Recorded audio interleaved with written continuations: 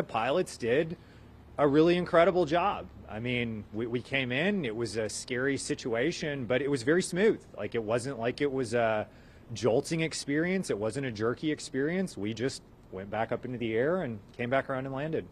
Adam Johnson was on the JetBlue Flight 206 from Nashville, ordered to abort its landing. He says he knew something was off, but had no clue the close call he was encountering, finding out the next day on the news. This is one of the most vulnerable phases of flight.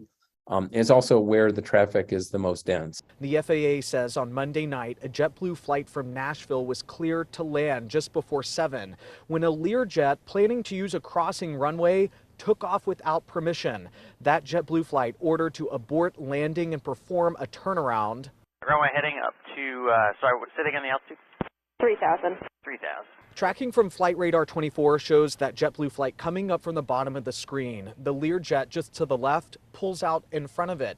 The JetBlue flight ultimately pulls up and circles back around. The FAA says the pilot of the JetBlue aircraft took evasive action and initiated a climb out as the Learjet crossed the intersection. The FAA says the Learjet repeated instructions to stay put but ultimately took off anyway. It was just the latest instance of a close call at an airport.